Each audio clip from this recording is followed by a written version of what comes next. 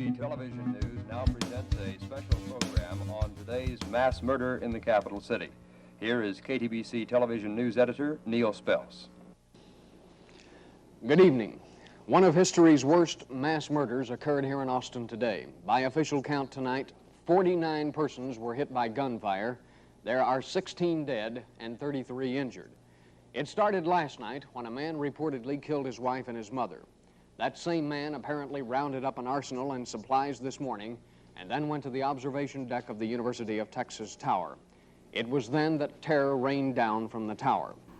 Hello, everybody, and welcome back to another episode of the Rigor Mortis podcast. My name is Adam, and again with me this week, if you guessed it, you guessed right, we got my man Jason right here. Happy to be here, Adam. How are you today? Man, I'm doing great. I haven't been this happy in so long, man. Things are going so great. I'm great. You look great. Look at that smile. You're happy to be down here recording. I am. This is great. It's nice to see you have some weight lifted off your shoulders. That's right. And I'm ready to talk about another terrible thing. Always. Let's take this down to another depressing level by the end of the show. Yes. Who are we going to do today? Well, my man, this is the story of Charles Whitman and the acts in which he had occurred. Your sister-in-law brought this one to us, I believe. I actually knew about this story, but I forgot about it, and it's a good one. Yeah, thanks, Amber. Big shout-out to you, and thank you for breakfast. Yes. That really got us ready for the show. I am full. Full of knowledge. Tell your brother I'm still not taking that espresso shot, though. So what's up, man? What do we got on old Charles Whitman? Charles Whitman was born on June 24th, 1941 in Lake Worth, Florida. He was the oldest of three sons born to Margaret Hodges and Charles Adolphus Whitman Sr. Whitman's father was raised in an orphanage in Savannah, Georgia, and described himself as a self-made man. He married Margaret when she was 17 years old. The marriage of Charles's parents was basically filled with domestic violence and things of that nature. Not a happy childhood. No, not at all. Whitman's father was an admitted authoritarian who provided for his family, but demanded near perfection from all of them. He was known to physically and emotionally abuse his wife and children. I find this very common in that day and age where the man of the house, so to speak, had very high expectations for his boys, especially because that's kind of the way society was at the time. But it must have been very hard on these boys. I could imagine, especially back then because there was no real, there wasn't things like DHS and other programs to, Right. It was common to beat your kid's ass if you misbehaved. Yeah. Now, as a boy, Charles Whitman was described as a polite child who seldom lost his temper. He was extremely intelligent. An examination of him at the age of 6 revealed that he had an IQ of around 139, which is a lot higher than mine. That's very high. That's like borderline genius level. Yeah. But, Charles's academic achievements were, of course, encouraged by his parents, and any indication of failure or poor attitude towards school and things like that were met with discipline, mostly physical discipline, from his father. So his father definitely took studies and things like that, very seriously, and it doesn't sound like he was praised too much for his intelligence as much as it was just expected of him. Hammered into him, yeah. Now, his mother, Margaret, was a devout Roman Catholic who raised her sons in the same religion. The Whitman brothers regularly attended Mass with their mother, and all three brothers served as altar boys at the Sacred Heart Roman Catholic Church. So they did have that religious background also. Right, and it sounds to me like it was essentially forced upon them, which happened often back then. Now, Charles's father, Charles Whitman Sr., was a firearms collector and enthusiast who taught each of his young boys how to shoot, clean, and maintain their weapons. He regularly took them on hunting trips, and Charles became an avid hunter and accomplished marksman. His father said of him, Charlie could plug the eye out of a squirrel by the time he was 16. Now, you went hunting a lot. You do go hunting a lot. Was that something your father taught you? My father wasn't a hunter at all. How did you get into it? Well, actually, my father isn't a hunter. I kind of got into it, living in Maine and kind of growing up, in the country, having a lot of friends that were hunters. So my brother and I kind of got into it with them. But It's definitely a great pastime and something that I do with my, my two young sons also. Right. No, that's good, though. A lot of people around here hunt. It's not uncommon. Maine is actually a great state for it, as you said. So. Yeah.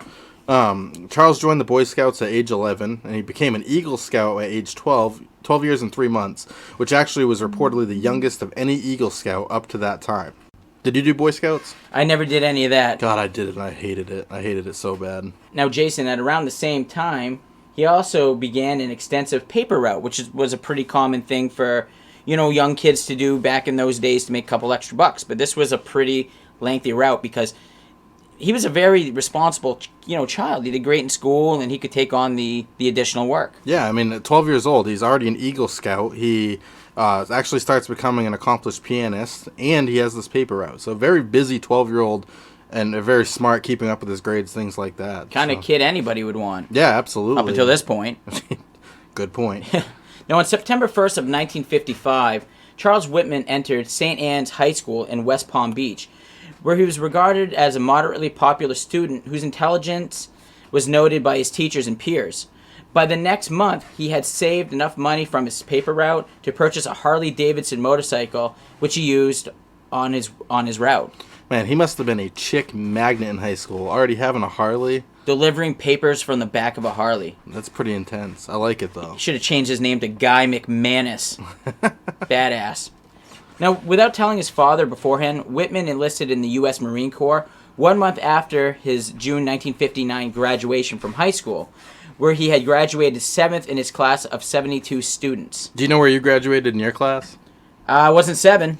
So I had 242 kids in my class, and I graduated a whopping 221. But most likely to succeed with a podcast. Yeah, you're right. Absolutely. And I went to community college, damn it. So Whitman tells a family member that the catalyst for his enlistment was an incident a month earlier in which his father had beaten him and thrown him into a family swimming pool because he had come home drunk. Typical high school thing, but... Happened to me before. Yeah, but having your dad, beat the shit out of you and throw you in a pool is probably not pretty common. Pretty crazy, yeah. And explains why he enlisted in the Marines to get away from his father, I would assume. Well, Charles left home on July 6th, having been assigned an 18-month tour of duty with the Marines in Guantanamo Bay. His father still did not know he had enlisted. Yeah, he wasn't too happy when he found out. As Charles had traveled toward Parris Island, his father learned of his action and actually called the branch of the federal government trying to have his son's enlistment canceled. And of course, they were like, no. He's old enough to make his own decisions, deal with it, pretty much. During Whitman's initial 18 months of service between 1959 and 1960, he earned a sharpshooter's badge and the Marine Corps Expediential Medal. He achieved 215 out of 250 possible points on marksmanship tests, doing well when shooting rapidly over long distances, as well as at moving targets. Well, this will come into play later. This is very, that's very prestigious, because, that's a very difficult thing. Yeah, absolutely. And, that kind of makes you more eligible, I think, for advanced ranks and things like that. I would imagine. Yeah, so... After completing his assignment, Whitman applied to a U.S. Navy and Marine Corps scholarship program, intending to complete college and become a commissioned officer. Now, do you know what a commissioned officer is? To be honest, I'm not 100% certain. Well, from what I had read, it was basically like a group leader. They're in charge of the welfare of the other soldiers under their command and the development of them. They're more the planners and whatnot of the group. Whitman earned high scores on the required examination, and the selection committee approved his enrollment at the preparatory school in Maryland. Yeah, he completed some courses there in mathematics and physics before he was approved to transfer to the University of Texas at Austin to study mechanical engineering. So, mechanical engineering is a great major for somebody in the military. Yeah, this guy's actually his entire life he's just excelled. Yeah, it sounds that way, but it kind of starts toning it down a little bit. On September 15th of 1961, Charles Whitman entered the mechanical engineering program at University of Texas at Austin, and he was initially a poor student. He had hobbies including karate, scuba diving, gambling, and hunting, which I think gambling ends up being a bit of a problem for him. But shortly after his enrollment at the university, Whitman and two of his friends were observed poaching a deer. There was a passerby actually noted his license plate number and reported him to the police. And while they were butchering the deer in the shower in his dorm, they were actually arrested, and he was fined $100 for the offense. This is the equivalent of approximately $900 today. It's a solid fine. That's pretty steep. Pretty steep. Now, Whitman earned a reputation as a practical joker in his years as an engineering student, but his friends also noted he made some morbid and chilling statements. On one occasion in 1962, as Whitman and a fellow student named Francis Schulk Jr. browsed in a bookstore in the main building of the University of Texas, Whitman remarked, "A person could stand off an army from atop of it," meaning the tower, before they would get him. Yeah. Wow. There's a little bit of foreshadowing there. I guess so. Now, in February 1962, 20-year-old Charles met a woman named Kathleen Lesner, who was an education major who was 2 years his junior. Now, she was Whitman's first serious relationship, and they dated for about 5 months before announcing their engagement on July 19th. On August 17th, 1962, Whitman and Lesner were married in a Catholic ceremony held in Lesner's hometown of Needville, Texas. The couple chose the 22nd wedding anniversary of Whitman's parents as the date for their wedding. That's kind of romantic, charming in a way. Whitman's family drove from Florida to Texas to attend the event, and his younger brother, Patrick, served as best man. Lesner's family and friends approved of her choice of husband, describing Whitman as a handsome young man with intelligence and aspirations. Yep.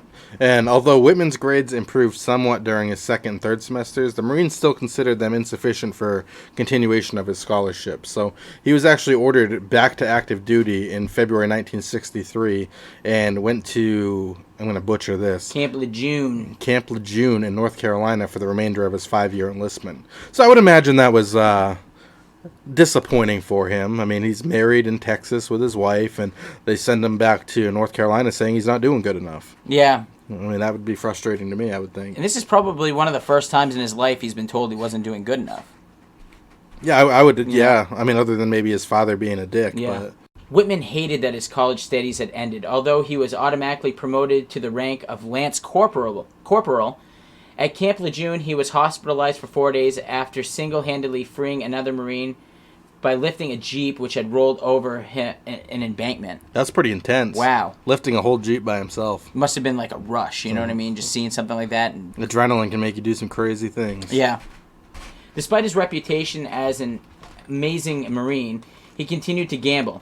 In November of 1963, he was court-martialed for gambling. That's crazy, huh? Yeah, and also for possession of a personal firearm on base as well, and for threatening another Marine over a $30 loan, which was about $300 in today's money. But he also demanded $15 in interest for that loan. I agree. Yeah, absolutely. And he was sentenced to 30 days confinement and 90 days of hard labor. But the worst part is he was actually demoted from Lance Corporal, which was an E3, down to a private, which was an E1. Which is, I think, back to the beginning. Yeah, and I would think that that would affect his benefits and things like that. So I'm sure. While awaiting his court-martial in 1963, Whitman began to write a diary titled Daily Records of C.J. Whitman. In it, he wrote about his daily life in the Marine Corps and his interactions with Kathy and other family members. He also wrote about his upcoming court-martial in contempt for the Marines, criticizing them for inefficiencies. In his writings about his wife, Whitman often praised her and expressed his longing to be with her. He also wrote about his efforts and plans to free himself from financial dependence of his father. I would guess that this is probably a big motivator for him, is to not have to live under his father's rule. You know, if you're not financially dependent on him, you don't have to listen to what he has to say, essentially. I would think. Right. I mean, that's a big part of it. Getting out, getting free. Right. In December of 1964, Whitman was honorably discharged from the Marines. He returned to the University of Texas at Austin, enrolling in an architectural engineering program. So he's getting his life on track. Yeah. To support his wife Kathy and himself, he worked as a bill collector for the Standards Finance Company. Later, he worked as a bank teller at the Austin National Bank. And in January of 1965, Whitman took up a temporary job with Central Freight Lines as a traffic surveyor for the Texas Highway Department. Wow, he was doing a lot of this time. I mean, obviously trying to support his family and get under the rule of his father and you know, essentially just be an adult, I guess. But yeah, not only that, in his free time, he also volunteered as a scout leader for the Austin Scout Troop No. 5, while his wife now worked as a biology teacher at the Langier High School. I mean, he was obviously very qualified to be a scout leader. I mean, he's one of the first or the youngest Eagle Scouts of all time at that point. I mean, certainly with his military background, somebody that we think would be great at that. Right, absolutely.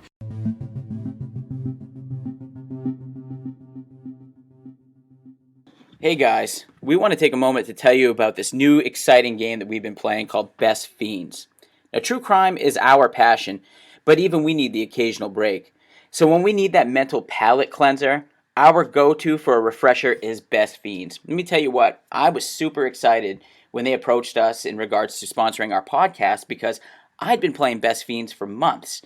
Now, I've only been playing this for a few weeks since you told me about it, but I really enjoy how challenging the puzzles are, and it helps keep my brain fresh for all of the information we have to take in while recording the podcast. This game is definitely challenging, Jason. You got that right. And a lot of fun to play. So engage your brain with fun puzzles and collect tons of cute characters. Trust me, with over 100 million downloads, this 5-star rated mobile puzzle game is a must play. So do yourself a favor like Jason and I have and download Best Fiends for free. It's a great game. We definitely think you'll enjoy. Again, check out Friends without the R. Best Fiends. Download it today. Now, friends later said that Charles had told them that he struck his wife on 2 occasions. They said that Charles actually despised himself for this and confessed to being mortally afraid of being like his father. And Charles actually kept a journal, and in that journal, he really criticized his actions and resolved to be a better husband and not abusive like his father had been. He sees the wrongdoings that his father has done. But it seems like he has a hard time controlling them, I guess. Could it be the hard wiring that he got growing up, seeing this kind of stuff? It's hard to break. Yeah, it's the whole nature versus nurture thing. I mean, it's hard to say. I mean, obviously it's something he saw, even though he knew it was wrong, but he also might have seen it as effective. I don't know. It's unfortunate that, he did it, but it is good that he noticed it was wrong. Another thing that's unfortunate is that in May of 1966, Margaret Whitman announced her decision to divorce her husband because of his continued physical abuse. Charles Whitman drove to Florida to help his mother move to Austin. Yeah, so his mother finally was tired of his father's bullshit and decided to get out of there and decided to move to Texas to be closer to her son. Yeah. What it sounds like. And of course, the younger Charles was afraid that with his mother leaving that he might get violent. So he actually, when he went over to help his mother, get their stuff to move to Texas, he actually summoned a local policeman to remain outside the house while his mother packed her belongings. So, obviously very concerned with his mother's well-being and what his father was capable of. Now, his younger brother, John, had also left Lake Worth and moved to Austin to be with his mother as well. Yeah, so 2 of the brothers and the mother are gone, but his other brother, Patrick, who was the middle son, actually remained in Florida and worked in his father's plumbing and supply business. So, like a lot of divorces, it's like the kids kind of picked sides. Yeah, unfortunately. Yeah. In Austin, Charles' mother took a job in a cafeteria and moved into her own apartment. So she was, getting her stuff together as well. Though she remained in close contact with Charles Sr., Whitman's father later said that he had spent more than $1,000, which is approximately $8,400 on today's standards, on long-distance phone calls to both his wife and Charles, begging his wife to return and asking his son to convince her to come back. During this stressful time, Whitman Jr. was abusing amphetamines and began experiencing several severe headaches, which he would describe as being tremendous. Yeah, so obviously he's starting to feel, those could be from stress or anything. I mean, health related, who knows at this point. But, man, how lucky is our generation? We don't understand what it was like to have to pay for long distance phone calls. Can you imagine? Oh, man. $8,400. That is insane. Wanted her back. They wanted her back. Too little, too late, maybe. Yeah. Now, Charles is dealing with these severe headaches right now, and nobody kind of knows why. But the day before he decides to go on his shooting rampage, he buys a pair of binoculars and a knife from a hardware store and some Spam from a 7-Eleven convenience store. He picked up his wife from her summer job as a telephone operator before he met his mother for lunch at the Wyatt cafeteria, which was close to the university. Now, at about 4 p.m. on July 31st, 1966, Charles and his wife visited their close friends John and Fran Morgan. Now, they left the Morgans' house around 5:50 p.m. so Kathy could get to her 6 p.m. to 10 p.m. shift. At 6:45 p.m., Whitman began typing his suicide note, a portion in which reads, "I do not quite understand what it is that compels me to type this letter. Perhaps it is to leave some vague reason for the actions I have recently performed. I do not really understand myself these days. I'm supposed to be an average, reasonable, and intelligent young man. However, lately, I have been a victim of many unusual and irrational thoughts. These thoughts consistently reoccur, and it requires a tremendous mental effort to concentrate on useful and progressive tasks. In his note, he went on to request an autopsy be performed on his remains after he was dead to determine if there had been a discernible biological contributory cause for his actions and for his continuing and increasingly intense headaches. He also wrote that he had decided to kill both his mother and wife, expressing uncertainty about his reasons. He nonetheless stated he did not believe his mother had ever enjoyed life as she is entitled to, and that his wife had been as fine a wife to me as any man could have ever hoped to have. Whitman further explained that he relieved both his wife and mother of suffering of this world, and to save them the embarrassment of his actions. He did not mention at this time planning this attack that he has at the university. Weird. Very weird. I mean, Yeah. obviously, I understand his thinking that they shouldn't have to deal with the consequences of his actions, but to kill them so they don't have to doesn't make much sense. I've seen this before in other cases where... Yeah, I'm going to kill them so they don't hurt. Like, that literally makes zero sense. 0 cents. Yeah. Just after midnight on August 1st, Whitman drove to his mother's apartment at 1212 Guadalupe Street. After killing his mother, he placed her body on her bed and covered it with sheets, almost like to hide it. Yeah, they're not really sure how he murdered his mother. It's kind of disputed, but officials believe that he rendered her unconscious before stabbing her in the heart. So that's a really brutal way to kill somebody, too. He had left a handwritten note beside her body which read, in part, "To whom it may concern, I have just taken my mother's life. I am very upset over having done it. However, I feel that if there is a heaven, she is definitely there now. I am truly sorry. Let there be no doubt in your mind that I love this woman with all of my heart." Whitman then returned to his home at 906 Jewel Street, where he killed his wife by stabbing her 3 times in the heart as she slept. Wow, real nice. It's so brutal. It's I know. like, I don't know. There's just got to be like, he doesn't want them to hurt, but he kills them in a pretty brutal fashion. Terrible. I mean, So that'd personal. Yeah. He covered her body with sheets, then resumed the typewritten note he had begun the previous evening.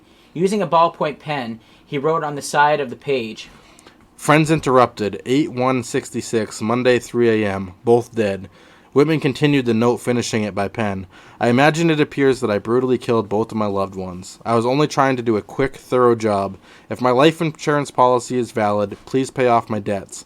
I donate the rest anonymously to a mental health foundation.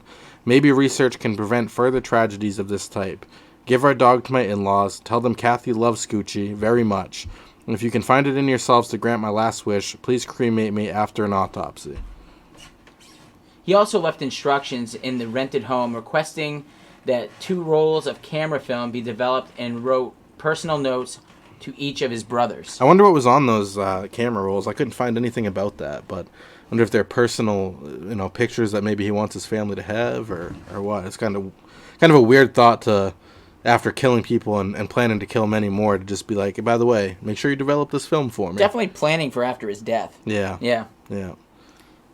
Whitman last wrote on an envelope labeled Thoughts for the Day, in which he stored a collection of written thoughts and various ideas. Yeah, he had it on the outside of the envelope. 8/1/66. I never could quite make it. These thoughts are too much for me.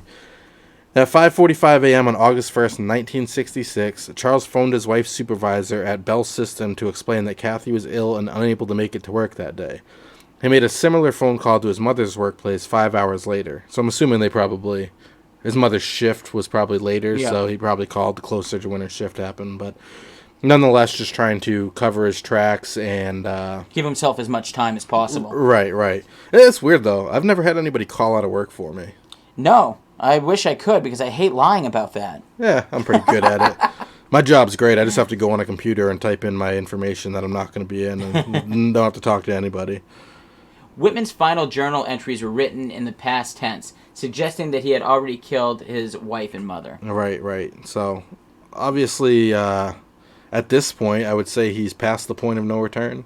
Yeah, and it's time to escalate things if you're him. Right. So, as we previously stated, he had made a joke to his friend about, the library at the University of Texas, which was 14 stories high, about how he can go up there and hold off an army for God knows how long. But at approximately 11:35 a.m., Charles arrives on the University of Texas at Austin campus. He falsely identified himself as a research assistant and told the security guard he was there to deliver equipment. Now, I'm wondering with this if he had a case with his gun in it, maybe, and that's kind of... That would make total sense. Yeah, like, oh, what's in the case? Oh, yeah, research equipment. Just equipment Sounds I need. good. I'm on my way up. Yeah. So at this time, he climbs to the 28th floor of the Texas Tower, and he killed 3 people within the tower on his way to the top, and then he ends up opening fire from the observation deck with a hunting rifle and other weapons. So he's up there literally just sniping people walking by. And one of the documentaries I had seen on this, he literally is just up there, and as he's shooting people, nobody knows where it's coming from. So people are just scattering in all directions. Right, and they have no idea that this guy is literally on top of the tower just shooting people for quite a period of time. Picking them off from up above. Right, right. Although Whitman killed 14 people and wounded 31, in the 96 minutes before he was shot and killed by Austin police officers, Sergeant Ramiro Martinez and Patrolman Houston McCoy. Tell me that's not a Texas name. Houston McCoy. Yeah, both of them. They sound like two.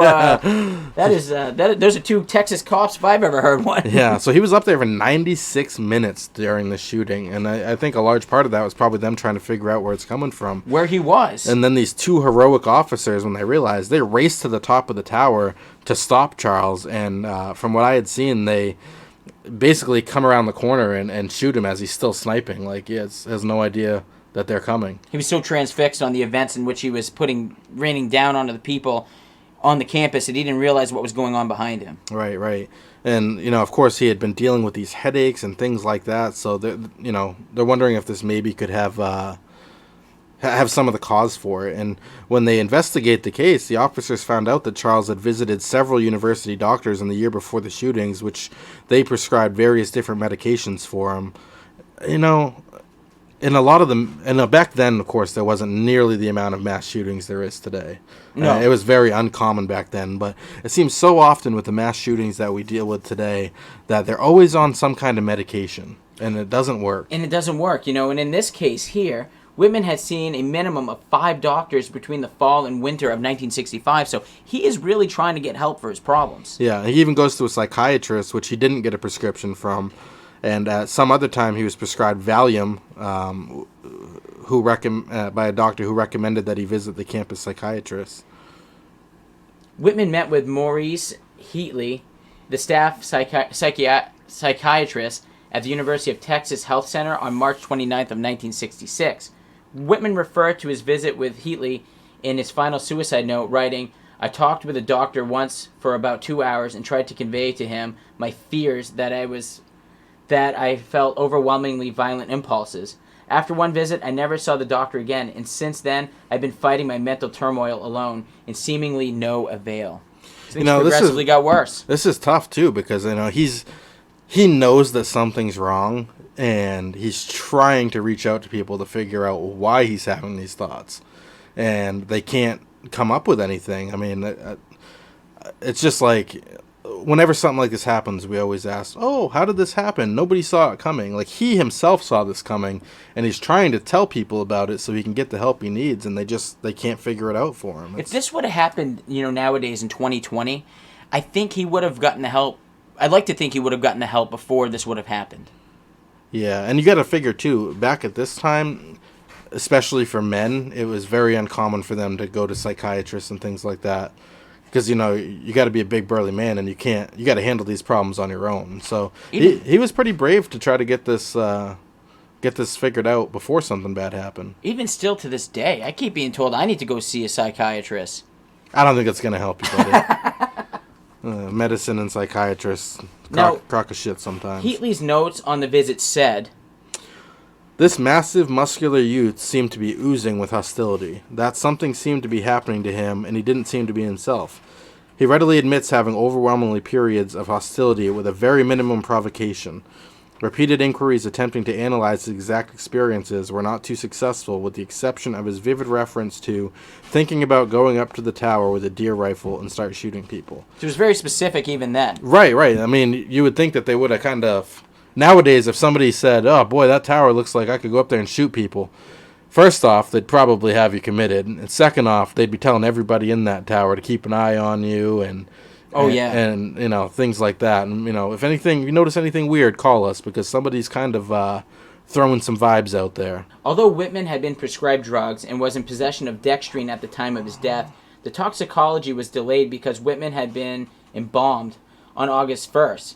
After his body was brought to the Cook Funeral Home in Austin, however, an autopsy had been requested in the suicide note left by Whitman and was then approved by his father. So, I wonder what kind of information is lost once you've been, kind of treated for a funeral and you've been embalmed and the blood's been drained from your body. Right, I was wondering that too. But especially in this date in which this happened. Right. And they do go ahead with the autopsy. On August 2nd, the autopsy was conducted by a neuropathologist at the Austin State Hospital at the funeral home.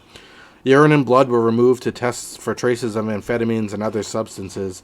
And during this autopsy, the pathologist discovered a pecan-sized brain tumor, which he labeled as an astrocytoma, and which exhibited a small amount of necrosis.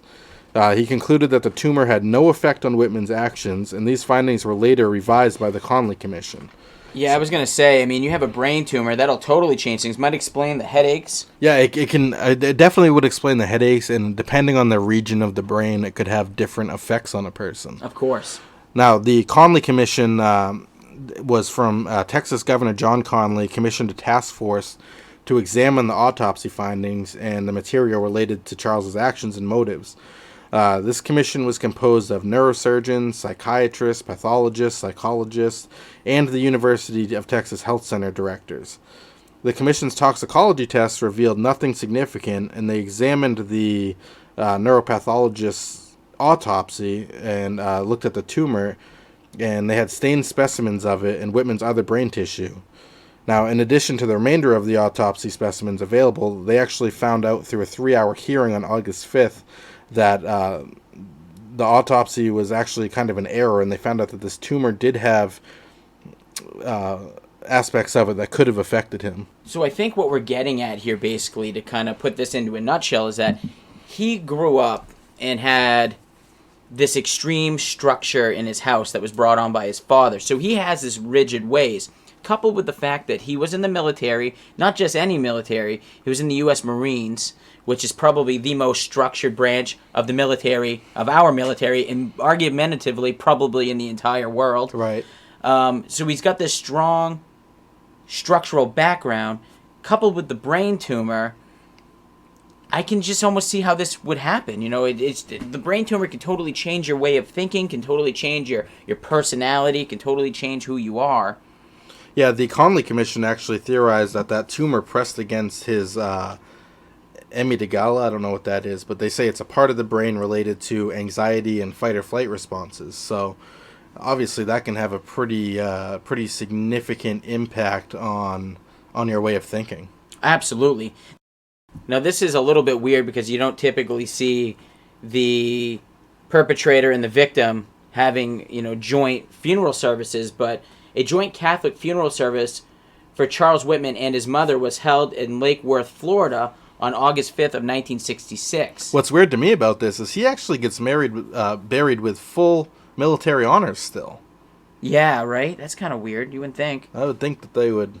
I don't know. I guess because he was honorably discharged, I guess they didn't have a reason to, but I would think with these crimes that they would kind of disassociate themselves a little bit. Fact is, casket was draped with the American flag also. Right. Very interesting. I don't think there's much to chalk up to this. I would say that he probably had some mental illness before the brain tumor and all that. Do you think anybody dropped the ball as far as the people he was talking to ahead of time? Do you think they should have done more, or? It's kind of hard for me to say because, if we're thinking of standards of 2020, I would say absolutely so. But here's the thing. These profiles and this study of people that have these kind of mental illness or even the brain tumor, it's not as advanced as it is now, say 50, 60 years later. You're right. You know what I mean? So he went to a number of doctors. He certainly tried to get help. There was a period of time between fall and spring of one year which he saw 5 different doctors. Help me is what he's saying. Right. Nowadays, if you go to a doctor and tell them about these thoughts and about your severe headaches and things like that, they're probably going to do a CT scan or something to see if they can find a tumor or any abnormalities in your brain. Definitely going to try to pinpoint nip it in the butt, you know? Right. I feel like this could have been prevented if it was at a different in a different time. And what's really sad about this to me is that all these people didn't have to die. I mean, he knew something was wrong with him, and instead of just, shooting himself in the heart or something and saying, please autopsy me so we can figure out what the hell was wrong with me, he decides to take a bunch of people with him. I mean, it's very unfortunate because he knew something was wrong and he wanted them to figure it out, which was the right thing to do. But the way he went about it is tragic. It's almost like his brain worked in two different ways. There was the good Charles and the bad Charles.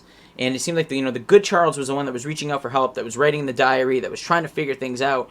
But then there was the overbearing, overpowerful, probably more structured bad Charles, which continued to kind of take over his thought process. And I think as his tumor got worse and as his life got more stressful, the evil side started to take over even more. Right, and it's super unfortunate to me that he killed his wife literally because she was a good wife. That's so sad, man. It's like she was great, so she's gonna die, so she doesn't have to deal with everything every man ever wanted. Yeah. I can't let her deal with what I'm about to do. Yeah, that's I can't hurt horrible. her in that way. I think I'll stab her 3 times in the heart. Yeah, that's put an end to her. Just shows you how crooked his way of thinking was towards the end. Unfortunate. Sad. Yeah, very sad. You guys let us know what you think. You can shoot us an email at therigormortispodcast@gmail.com. Yep, and get a hold of us on our social medias, Instagram, Twitter, Facebook, at the Rigor Mortis Podcast. And we definitely have been appreciating all the emails and suggestions and things like that we've been getting. All the reviews on iTunes have been great lately. Definitely give us ideas for future episodes. We love those as well. Yeah, the feedback has been kick-ass. You can also follow us independently on our own social medias. You can find me at Dr. Skellyfingers. And also on Instagram for me at rigormortis_JLEW. Till next time, everybody. Take care. Thank you. Bye-bye.